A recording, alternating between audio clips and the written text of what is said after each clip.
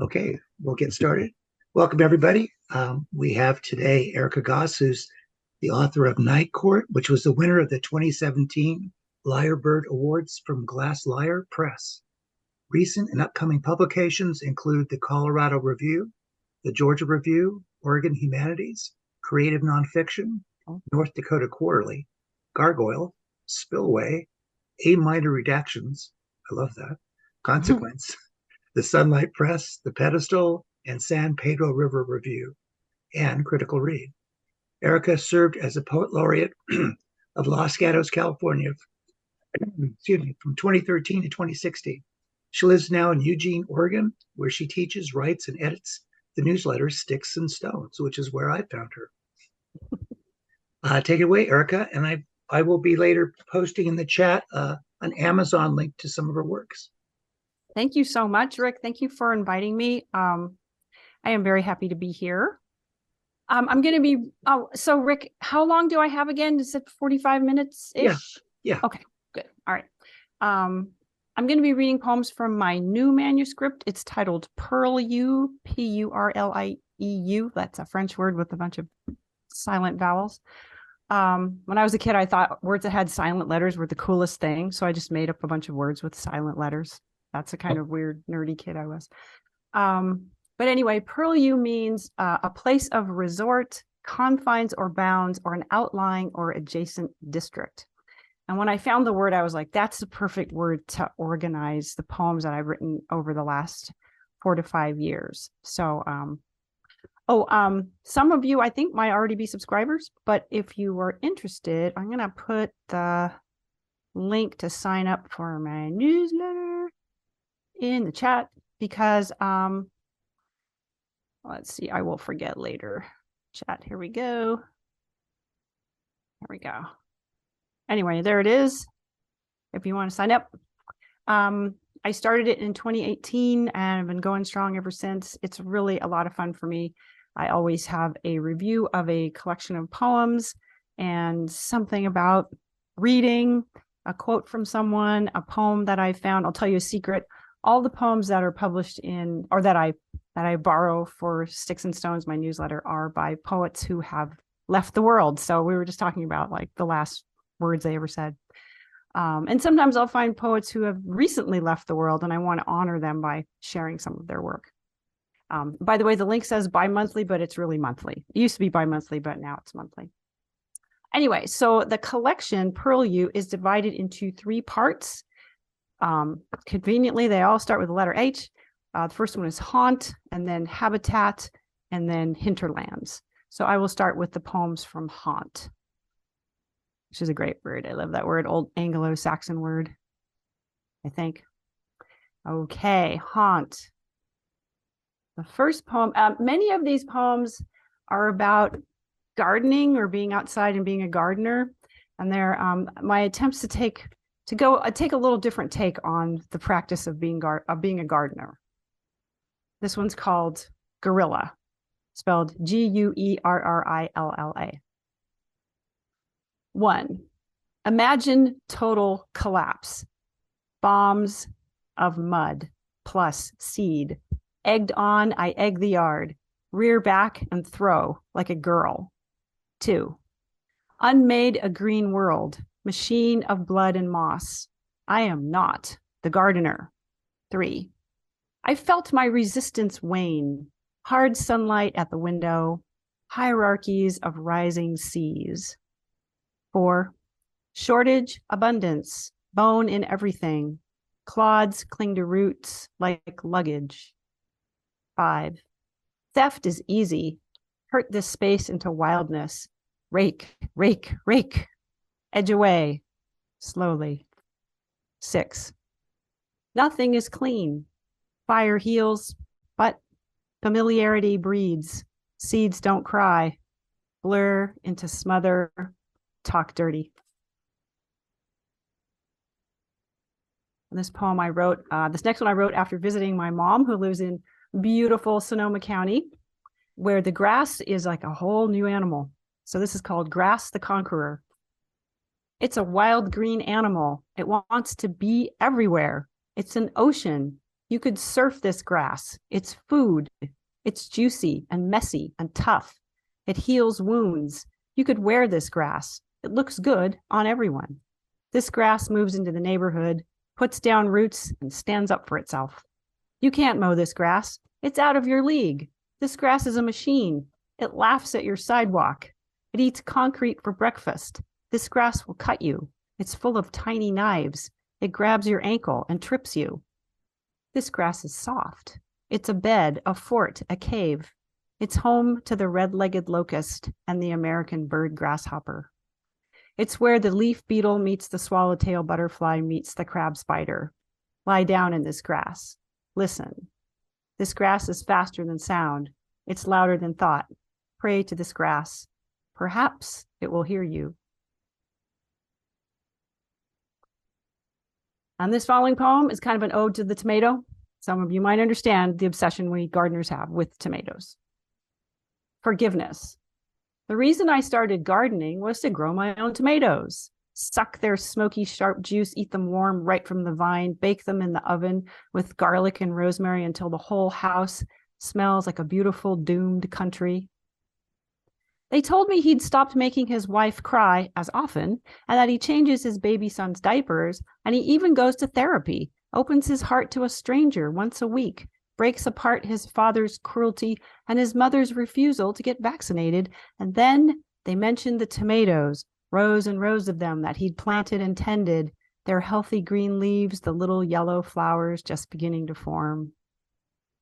I went outside and looked at the backyard, and then it hit me. The flowers, the herbs, the shrubs, even the trees, they're all because of the tomatoes. And there I stood, exposed, unmasked, a little sheepish, and I thought, hell, if tomatoes can do all of this, then maybe they can make a forest for that young man where happiness will grow. Thank you. Some of you may have migraine headaches. You know what they're like. After the migraine, spread between trees, webs shimmer like the auras that float across my vision. Spiders exit outgrown skins, leave crisp exoskeletons all over the garden. Once, I left a too small house in a too small town, stretched my limbs in the damp, fresh air. The memory of pain still delicate, like the outer edge of a spider web fraying in the autumn wind. Too long, I believed that anything at all, no matter how hopeless, could be put to right. Fine as silk, my illusions billowed around me. Now the branches are hung with the bodies of stunned flies, wrapped and waiting, and the road that brought me here splits into exits. Long after the pain subsides, stars appear when I close my eyes. I don't know if you guys had a super bloom this year, but the year that I left California, the year before I left California, there was a super bloom in the spring, and it was amazing. Super bloom. I lie down on a sun-stunned slope, a human dot in a shimmering field. The meadow suffers my presence.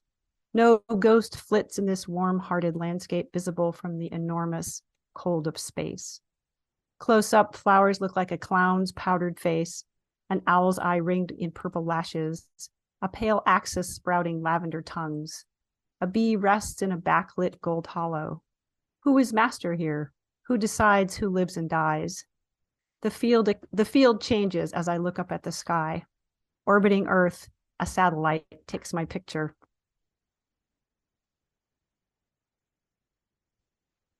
Thank you, thank you, thank you. You are such a lovely audience. This next poem is that, you probably remember asking your parents some unbelievable question, like, why is the sky blue kind of question? And this is a memory I had of asking my dad a question like that. The reflection of visible wavelengths. When I was 7, I asked my father why the ocean looked blue instead of clear, like the seawater I cupped in my hands. Not given to quick explanations, he gazed at the line between ocean and sky. For once, it did not frighten him, and smiled a distant secret smile, his face relaxing as the Pacific pulled at our feet. Then remembered me standing in his shadow, salt water draining from my hands. It's just a trick, he said, his face rearranging itself. A trick of the light. I had to cut down a tree that I really loved a couple years ago because it got, I don't know what, trees get sick and die. Who knows why? But anyway, it was a katsura, the Japanese maple, also known as a katsura. So I wrote it a poem. Katsura. I've been drawing you since I was a child.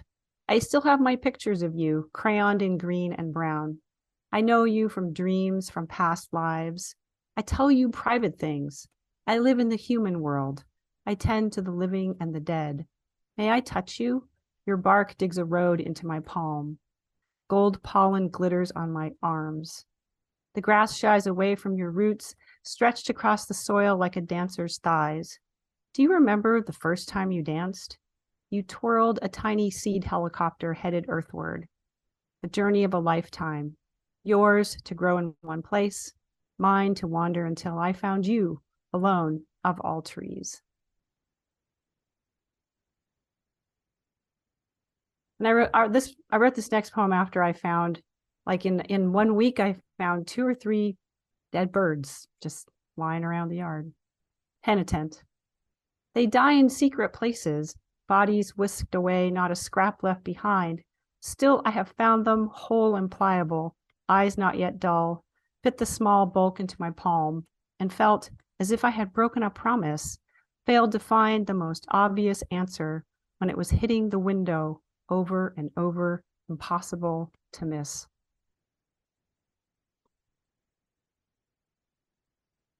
And even though we are in a time where we just have oodles of water, not long before that, we were in a long, long, long drought, as we all know, on the West Coast. People from the East Coast do not understand this, but we understand what it's like. And I wrote this one at the end of a long, dry fall. Rain in my hands. A friend told me, I can't tell if this is a year of gain or loss. She flinched as if someone had laid cold hands upon her shoulders. I miss the splash of water on my skin, she said, and everywhere the trees agreed, their branches lifted to the sky like the arms of preachers. It's October. The heat won't leave, keeps us bent to the ground like tired cats. Imagination built the West, but drought takes it back. The swimming pools are empty, concrete-coated holes dyed nursery blue. My sleeping dog flips her tail and sobs, and I remember a recent dream. I stood alone in the grass and felt the rain falling on my hands.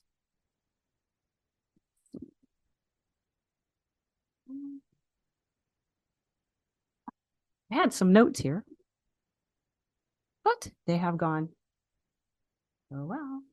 And this next, I'm going to read, this poem is called Mojave Desert Notebook, speaking of dry places.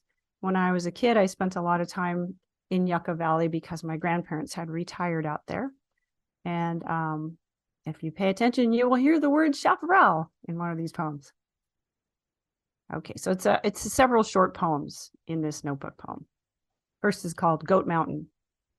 They took my bones out one by one, filled carts with my limbs, dug tunnels through my heart. By day, their eyes burned with silver light. At night, they huddled against the wind. When the sun's deadly aim found them, they marched in single file, mute like shy and dreamy children. Creosote bush. Always face southeast. Breathe only in the morning. Build your house from mouse droppings and rain. Drink from the deepest, coldest wells. Exude camphor and citrus. Make a ring with others. When you split in half, grow a clone. Survive all fire. Push your roots below the rodent dens. Shelter the grasshopper, the praying mantis, the cricket. Make yellow flowers. Slow down. Flash flood. I just want to say before I read the short poem, this is a true story. This really happened, okay? Flash flood. She brought the man to Landers. Landers is a teeny weeny town near Yucca Valley. She brought the man to Landers, thinking to show him a place so strange he would stay. He turned his beautiful head this way and that, taking in the scenery. Then it rained hard and fast for 2 days. The land was torn and rutted. Roads simply gone. The man's eyes spun in his head. He staggered across the sand to the highway, thumbed a ride into town, got on a ship to China, and was never heard from again. He was originally from China, so he went back home. And this next one's called Mirage. And there's in this manuscript, there are a lot of poems about my dad driving with my dad, and the freeways of California. So this one is kind of an ode to driving with my dad in the desert. Mirage. We're going east on the 10, passing Banning and Cabazon, north on the 62 to Morongo Valley. Dad driving too fast as usual, gas gauge tilting to empty. It's 1969 and we have 2 years left. But right now, we still look like a family taking an innocent drive in the country. I stare out the window and see a shimmer of upside down houses, squares of light rippling next to the highway as we turn left on Old Woman Springs Road. And here's the last one in this series. Horizon.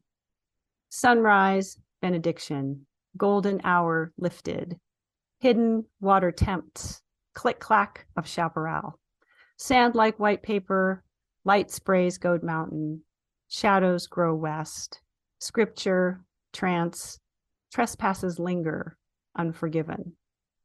And you know, it's interesting when you spend some time out in the desert, you can understand why Christianity or Judaism before Christianity grew out of the desert. I don't know, something about it. Something about it. I need some water. The older I get, the more I realize that I was probably not the easiest kid to raise. So I like, sorry, mom, sorry, dad. So I kind of I scrabbled together some memories from being like a tweener, you know, being like 9, 10. How to raise a poet. Mothers, fathers, listen. You'll need an abnormal amount of nerve. Her questions will startle and hurt you. Her thirst for risk, for agitation. She needs recipes, old jewelry to untangle, some dirt to tend, animals, crippled and wild, fractals, insects, the cracks in oil paintings. When she disappears at a bus station or within a circle of trees, you'll find her hours later in her room, fast asleep. Kidnappings fascinate her, hauntings too. Mothers, fathers, you'll know something's up when she asks you if you like the poem she just wrote, the poem about death. She is 7. You'll gulp and say, yes, yes, we like it very much. Sorry, mom. Sorry, dad. And here's one of the things I did when I was 5 that probably gave my mom a heart attack. The distance between us. When I was 5, I ran away from school and got instantly, hopelessly lost. A shepherd dog barked and a housewife in curlers called the police. Mute, hair in a pixie cut, I was returned to West Fresno Elementary School. I can't blame my mother for not believing my story, told in jumpy fragments. The thud of my heart, the police cars' flashing lights, the children's stares as I stood abashed at the kindergarten door. After a long time, she understood. By then, I'd memorized our neighborhood's grid, studied the methods of migratory birds, watched my father walk out the door, the distance between us widening a little more each day. So it was kind of a rehearsal for leaving. The loss of a child is not something you ever recover from. Daylily. Warm nights, I dream you back to me, out of your father's sleeping body. You would be 20 this year, daughter. Once I sat in a room filled with women. The air smelled of dog fur and rain. We imagined you a face, but not a name. Every year it's the same routine. I sift fresh soil for you, dig you up and bury you, call you seed, bulb, tuber, animal, mineral, flower, anything but daughter. The world grows hotter. April feels like August. It's my birthday month. Yours too, born and dead the same day like the dates on the smallest stones in the Pioneer graveyard, where I stand in the sloppy rain. A stamp from Spain shows Madonna and child affixed above the word fragile. When the sun goes down, I have nothing of you. not even your ashes, daughter. And though your glimmer dims each year, spring will not stop coming, and I cannot stop planting. Daylily, spiderwort, morning glory, flowers that bloom for only one day. I don't know if any of you knew of the fantastic, wonderful poet and human being Al Young, who died last year at the age of 81. He was a wonderful friend to me, a mentor, and if it weren't for him, I would not be sitting here reading to you. So when he died, a couple days later, I was sitting in my dining room and two little baby owls appeared on this bush right by the window. And they stood there and looked at me for the longest time. So I got up and got my camera, came back. They were still there looking at me. So I'm like, am I being visited by Al? Which is what, of course, I thought. Who knows? But I like to think that there was a connection. So this is called Mercy, and it's dedicated to Al Young. Two small owls arrived the day after the death of an old friend. They say birds visit those who have lost a loved one. Where were you, I asked the owls, when my father died, or my daughter, never born? Through the window, their golden eyes shimmer, radiant, penetrating. They don't blink. It hits me how young they are. I might be the first person they've seen, and they look a little hesitant, as if unsure how exactly to proceed. Still, they persist, these two little owls, sitting patiently on the rhododendron branch, long enough for me to leave the room and fetch my camera. Fluffing their ashen frost feathers, they watch me with the deep curiosity of children. I snap a photo. When they fly away, their purpose at my window, whatever it was, finished, I feel a little odd, as if I've wandered into a town square just after a parade went by, the last float rumbling into the distance. Over and over, I look at my photograph, note the symmetry of the owls' faces, their steady, unblinking gazes. To this day, I don't know which surprises me most, how much I needed to see them, or how they possibly could have known. Thank you. Okay, so I'm going to move to the next part of the manuscript, which is habitat. Let me scroll forward here. Where are you? Here we go. Okay, so this next poem is called The State of Jefferson. And I don't know if you all know, but there is a movement that's been around for 40 years. You know about the state of Jefferson? Some people in Southern Oregon and Northern California would like to create a 51st state and call it Jefferson. This cracks me up every time I drive up I-5 and I see the signs for the state of Jefferson. So I wrote a poem called The State of Jefferson, and it is indeed about my dad.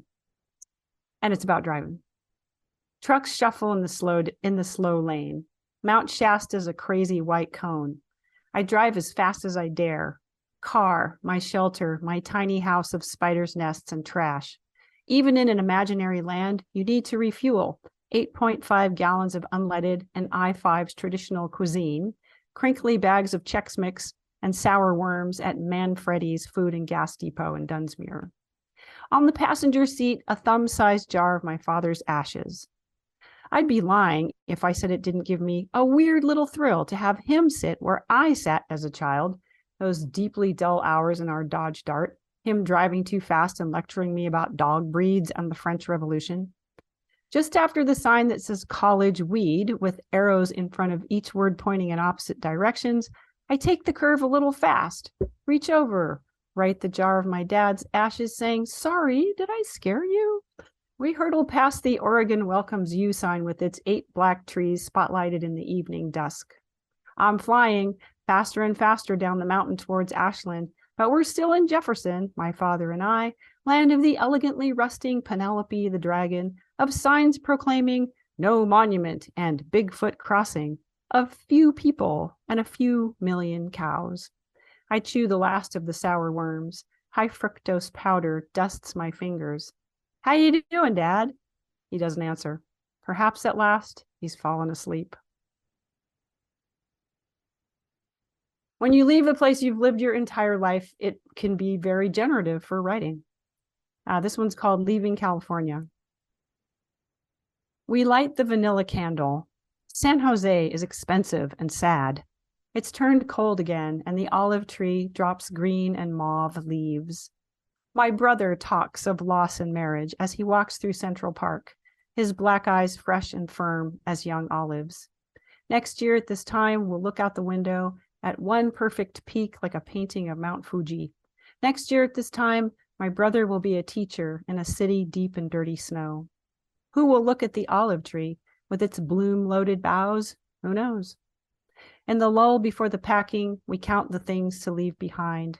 The wasp traps of black and gold, the yearly crops of olives, and how the dogs next door cried with every siren that went by. My brother was just starting his first job as a teacher in New York City and going through a divorce at the same time. It was a pretty rough time for him. And we were leaving California. Here's another one, another driving poem. Rural roadside with smashed car. It's kind of like a painting, you know, landscape with blah, blah. I've been driving a lot lately, thousands of miles north and south and back again. One hot day between two small dry towns. Sleep dragged my eyelids down and the highway went black. A siren shocked me awake. My limbs flooding with sparkling pain, a dream reversing itself from my mind. I yanked the steering wheel, pulling the car from the road's untidy edge just in time. It was not my day to die among the litter and roadkill, which is why 3 times in one afternoon, I'd return to a smashed car I'd passed while out driving, trying to grasp its crushed front end and how beautifully the pebbles of safety glass glimmered like scattered pearls. A reminder, don't fall asleep. Ted Kooser wrote a wonderful poem called So This Is Nebraska. And so this poem I wrote called So This Is Oregon was inspired by that poem. So this is Oregon. They tell you about the rain, the dark, the cold. They warn that in November, you'll feel like a child locked in a closet. Everyone has a marijuana story, a grass pollen allergy, an opinion regarding the homeless. No one mentions the pale people at the grocery store, the aggressive light of May, or the way rain at 3 a.m. sounds like dream chatter. So this is Oregon, the miracle at the end of the trail. Every median strip sports a mohawk of wild green grass. The Cascade Mountains play God from giddy heights, block rain east and send it west. On either side, paradox, one part rainforest, one part desert, strangers to each other. Eventually, someone remembers this, how in the desert, people picture gardens luscious with fruit, while those in the rainforest rarely think about that dry place just over the snowy mountains. So, of course, in Oregon, William Stafford is a god, which is fine because he is an amazing poet, was an amazing poet. So I thought it would be fun to write a poem in the voice of William Stafford as much as I could get it. So this is called The Ghost of William Stafford. One day, as I watched a waterfall ripple like Rapunzel's hair, I felt as if something were about to happen. At least, that's what I'll say if you ask me. I didn't really see the waterfall until I drove a long time through farmland and found myself at the edge of a town. The town ended the farms like the farms ended the waterfall. At the stop sign, I closed my eyes, and there I was, a startled prince, the receiver of an unexpected gift, a cascade dissolving into mist. My hands grasped the steering wheel.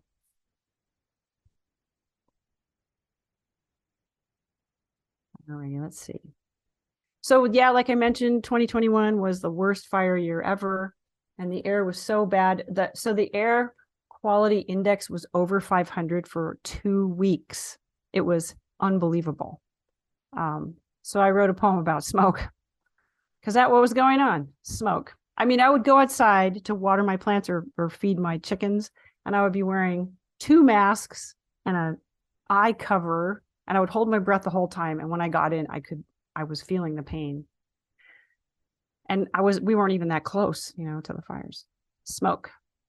Everything that burns leads a double life. Churches, houses, schools are nothing more than smoke reorganized, and every wall a pile of ash awaits, weightless with its own impermanence. when towns and forests float into the deepest parts of heart and lung? What can we count on? Which version is the truth? The solid shapes of man-made things, or fragments drifting in on the burning wind? There's one about my dad called The Devil Wins. The day my father tried to burn his draft card, the Santa Ana winds flew down from Cajon Pass like a billion wasps, hit the slowly assembling crowd with glass-sharp grit, filled the protesters' mouths with their own long hair, and battered their chants into haphazard grunts. They could not light their cards that day. No flame was a match for the devil wind. Shirts billowed out with fiery air. They tore the cards into tiny bits and flung them hard. Arced like a shower of rice at a wedding, selective service number, name, date of birth, height, weight, obvious physical characteristics, flew across the street while the news cameras popped and flashed. So many toy guns. I think that was in 1968, 68 or 69.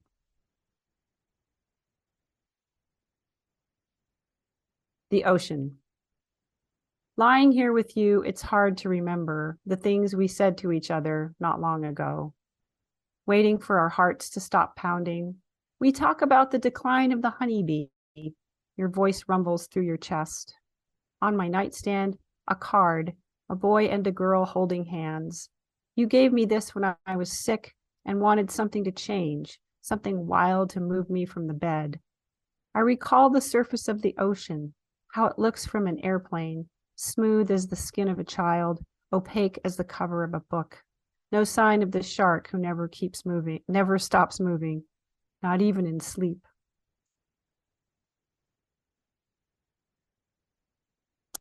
My mom is a survivor of World War II, and that's pretty much all you need to know. Harvest. Digging potatoes in the garden, I thought of my mother as an 8-year-old, gleaning the war-blasted fields for a small bag of wormy tubers.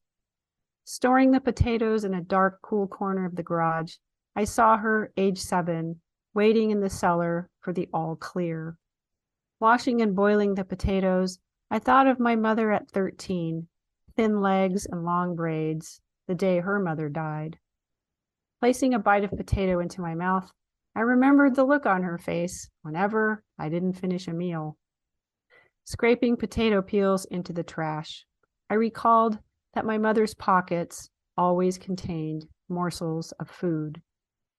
Planting potatoes, I felt her tucking me into bed, hands pulling the blankets together as I sank below a dream's dark soil. And here's another one that stars my mom. In a dream, my mother knocks at the door. In a dream, my mother knocks at the door, which I have locked against her. I leave my husband's warm side and let her in. She walks past me, the mother of my adolescence, of sisterhood is powerful, and our bodies ourselves, of this is my ex, and yes, I built that house. The mother of neighborhood watches and chicken soup, the cool hip mother my boyfriends liked, the black-haired, dark-eyed mother with the German accent. I wake convinced that she has died. I'm afraid to call her. All day long, I wait for news of her death, which never comes.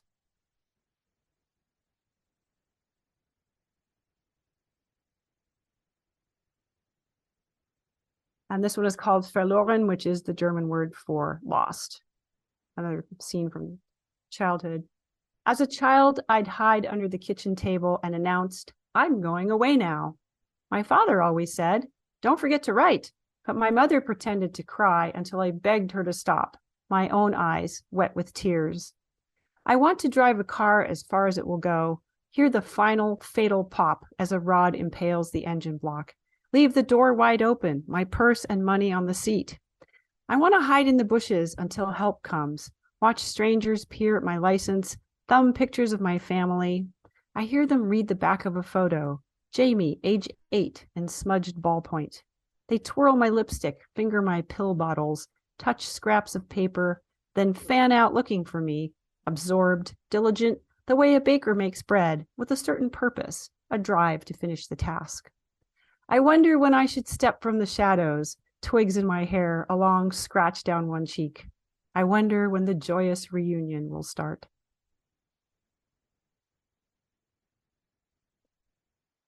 Okay. So I am going to move to, oh yeah, so one more poem from that section. This is a poem that I wrote at the time that my son was beginning to show signs of what turned out to be a serious mental illness. He was in college then. Contemporary realism. He was an art student, so I got a lot of art student stuff from him. I remember when my son gave money to anyone who asked.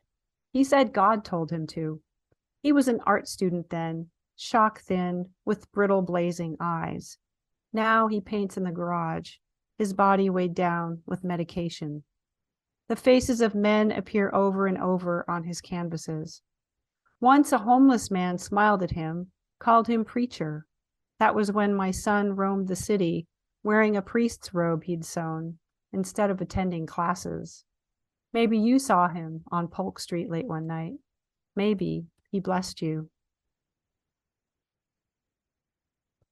All right, so now I'll do a couple of poems from the last part, which is Hinterlands.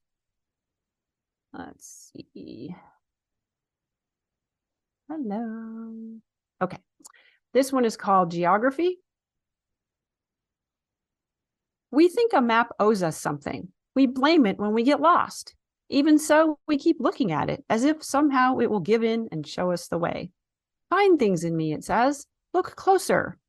A map is never the wrong map. A map of lakes is also a map of clouds.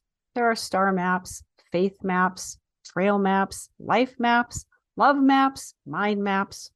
On urban maps, highways spread out from the center of town like cracks in glass. When I bring a map an inch from my face, cities double and then disappear. If a country has debts it cannot pay, you can tell by its shape on a map. On maps, weak countries surround strong ones like starving dogs. Maps watch you, talk to you, tell others where you are. They shine from your pockets like little suns. There is no loneliness like a map. Take me with you, it says. Don't leave me here alone.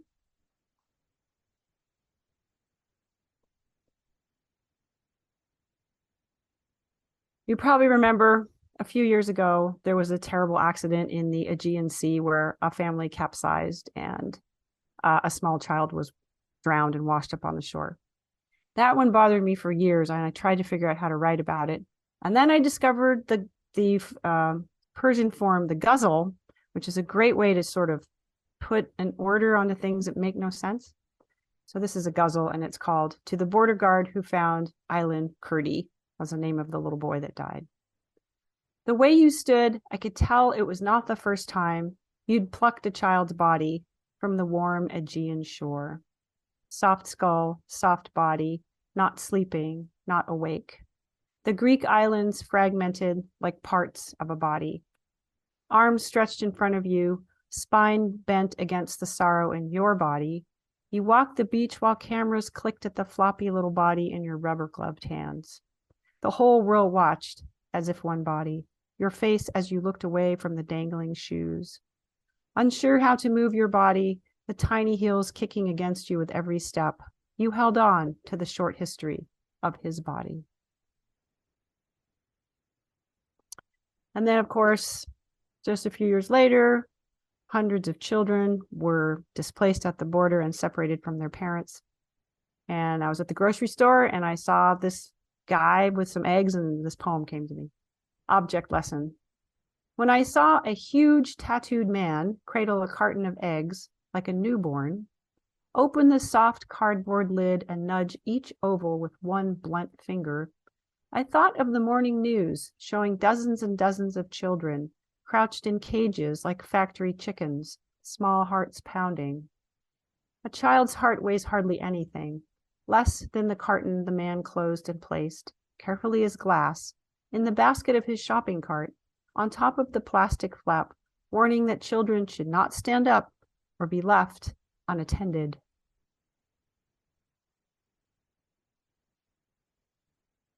And this next one contains a line that was stated by Benjamin Netanyahu many years ago. This is what he said. Death is telegenic, and dead children most of all. So here's my poem, titled Telegenic. A family's shoes arranged by size, smallest first, the bones of a child's foot. I write a poem for a man named Mark. He sits on the street and weeps. He's seen the shoes, seen them filling up with blood. This summer grinds on. We congratulate ourselves as if we didn't know one piece of land is worth more than another. One child's life is worth more than another's. Death is telegenic, and dead children most of all. Explosions branch through the ear and jaw, but quiet, please. This game requires the world's silence. Mark rakes the little bones together, collects the shoes in heaps all over the city. At night, when they burn, the fires smoke and sputter, and then go out, smallest first. That came from a conversation with somebody that I just met at one of those, I'll write you a poem on my typewriter things that we used to do in San Jose. He was an Iraq War veteran, and we had a long conversation. Okay, so I'll just do two more. This one is also a ghazal, and it's called The Iceman. My mother worried about me. She said I had strong bones, but I'd been sick lately. She fed me broth made of bones, skimmed and strained, clear and warm. I think about dinosaurs, how their massive bones used to fascinate me, the leaching, carbonization, leaving stones in place of bones.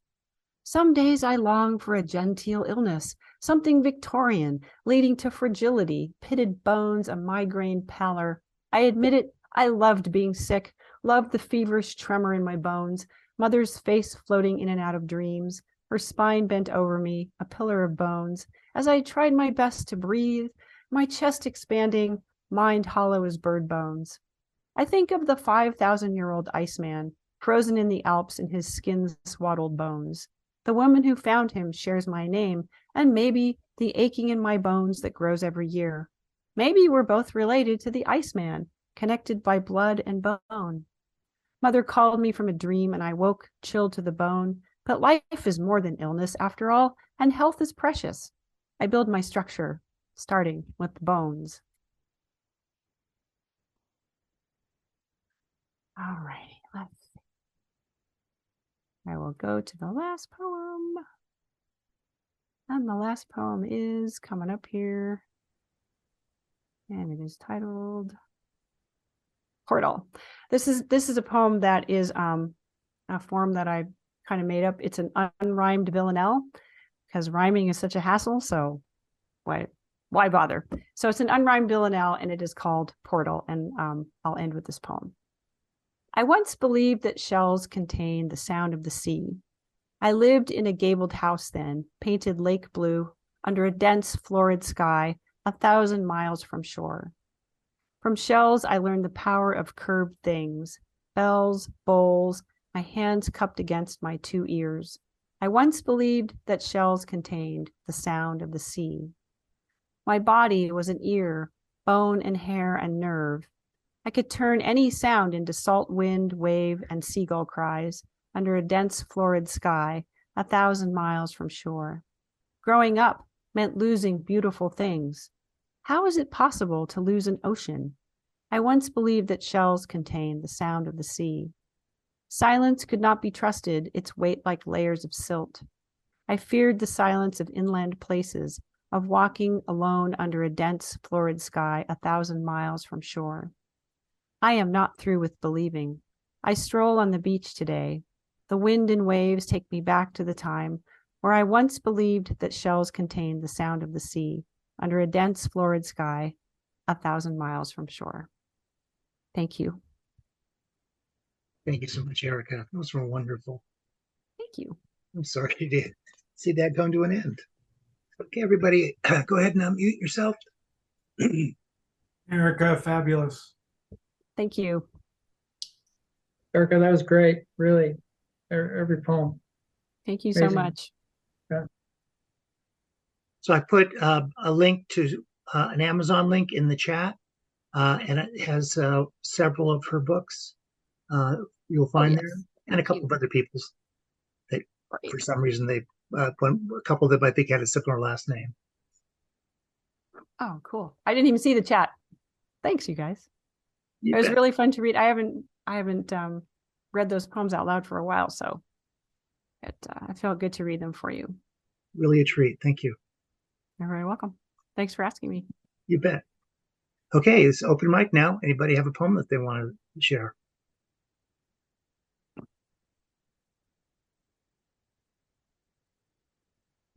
If no one else will, I'll start. Sure.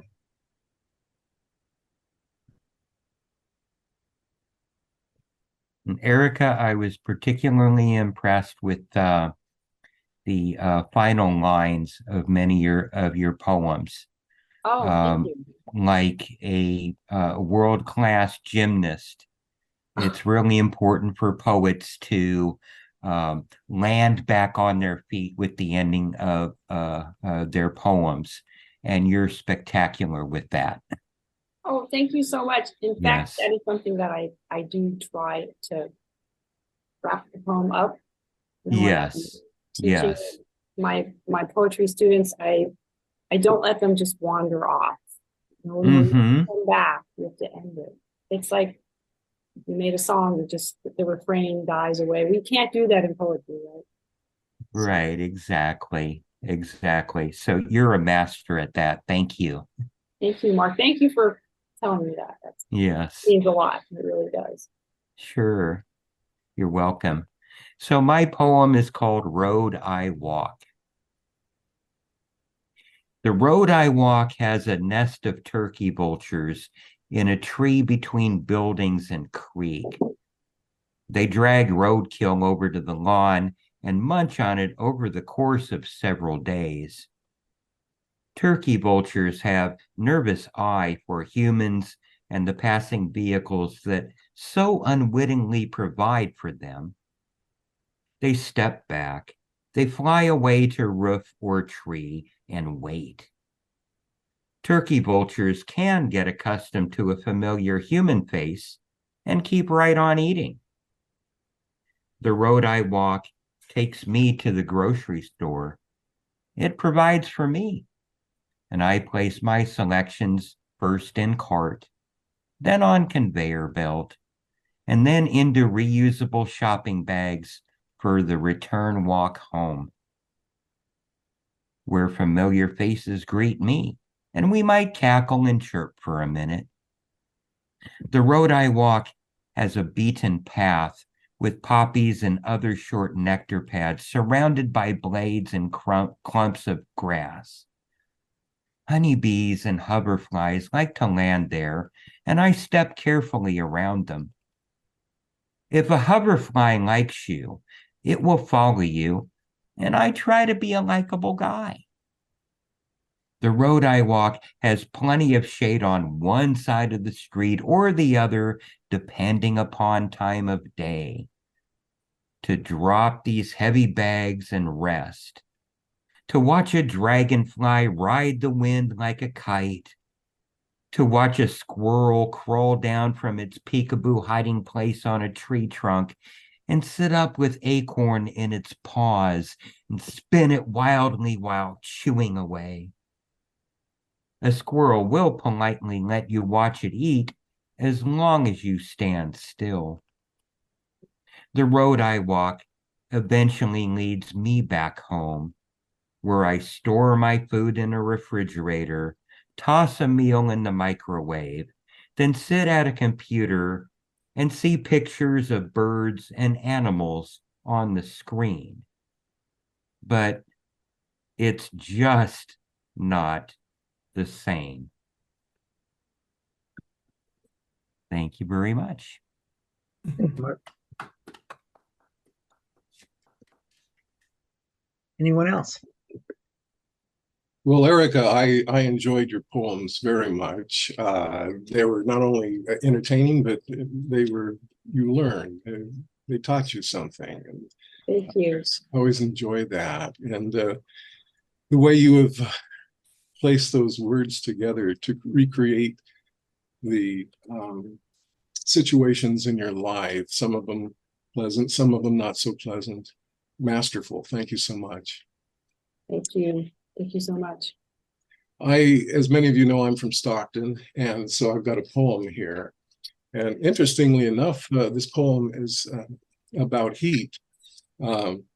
It's called A Cool Place, with both meanings of the word cool to be taken. There was a rose trellis in a neighbor's yard.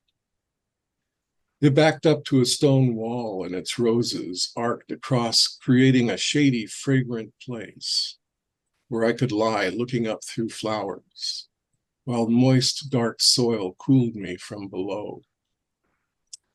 Sometimes I would drowse and fall asleep to the lull of bees and perfume of roses, a slight breeze moving through the flowers, cast aromas reminding me of raspberries, or I would lie with torn shards of sky above.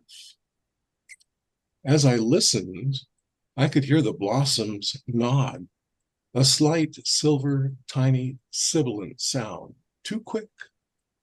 Now and then, the thrumming of a hummer, the summer's day song of hot yellow light, or quiet news of my breath and heartbeat. The yard, the roses, the stones, and old trellis surrounded me completely, coddling me in an August bower of perfumed fascination. Such elegance held me firmly against the earth. Love of this place refused to send me home. Thank you. Thank you, Dan.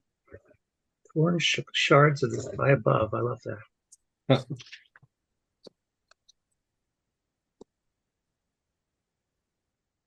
Okay, Ken. Yeah. You have a poem? Yes, thank you. Regarding the fires in our recent past, I did this one. A rondo. Our morning air is smoky sweet. A yellow haze is in the street, and in the sky, gray ashes fly. As they settle, we wonder why so many suffer such defeat. We hear the news with its repeat, how firefighters suffer heat and smoke, while we, the safe, decry our morning air. Responding crews rush out to meet the horrid challenges replete with danger. They so amplify woe, conflagrations mortify our morning air.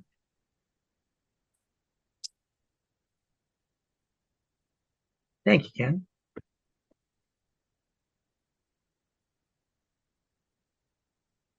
Got another one. Sure. Okay. This is one of my longer poems called Quercus lobata, Valley Oak.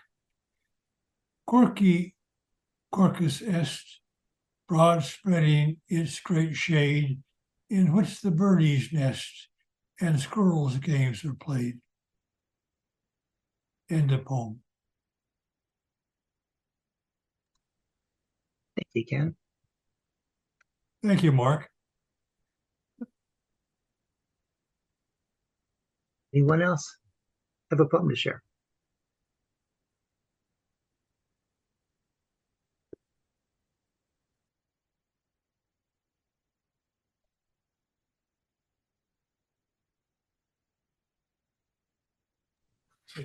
I have a poem to share, just one. Great. Thank you.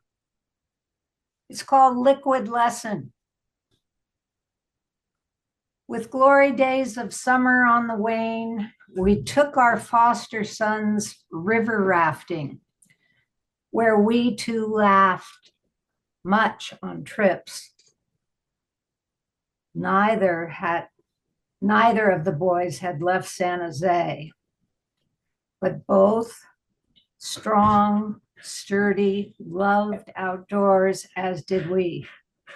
Ever thrilled by jaunts on rushing water with camping to follow beneath oaks, pines, and buckeyes, John and I ached to prepare such a breathtaking adventure for these boys too long used to poverty. Until I saw firsthand the raft reserved for us four. Upon quizzing our guide about the many patches on its floor, the loose foot straps, the rotted rope for us to clench as we rounded curves of roaring white water and rocky cliffs, I wavered. Viewed as foolish for doubts and loath to dismay the brothers, I too came down on the side of our guide, who lied, swore on its steadiness, until soon after leaving safety on shore, we rode like pros across roiling river. Soon our safe raft slowed from leakage through the patches, near crawled along while starting to round Hospital Curve, apt name, as we smashed into rock wall. Off the rear, I toppled, sucked under hole by the boat. My life but lethal jacket glued me breathless to the bottom, with visions of broken back, wheelchairs, black death, until none in the 6 raft caravan spotted my neon orange life jacket flying me to shore, or saw me emerge facing sun. Neither did I see, but it occurred, left me ready to learn the nurture of nature and folly of mankind. Thank you, Judith. You're welcome. Thank you. Anyone else? Yeah, Rick, I'll read one. Awesome. I think this is titled Marsh Pond. In San Joaquin Valley, sun has not yet risen, but light shines enough to stroll upon this silent, soft path. Morning mist still lingers, even present in summer. Drifts through unreachable branches as slow too I make my way like a snail crossing maidenhair. The dew dropping from on high begins the tick-tock of day as my steps lead to its clearing in the verdant valley, with a stream-fed pond crystal clear. Morning rays do not yet grace its tranquil mirrored surface. Having at last arrived, I soon sit on a fallen tree from years back, give my bones an earned rest. Spying myself in the looking glass before me, I also see a young trout entombed by a circle of rocks. Reaching into his lucent prison with great care, my cupped hand gentle, I free him to swim the stream this warm summer day. Midway, he turns back for a moment, seems to ponder as I sense his thanks, and then swims on. Thank you. Thank you, John. That was beautiful.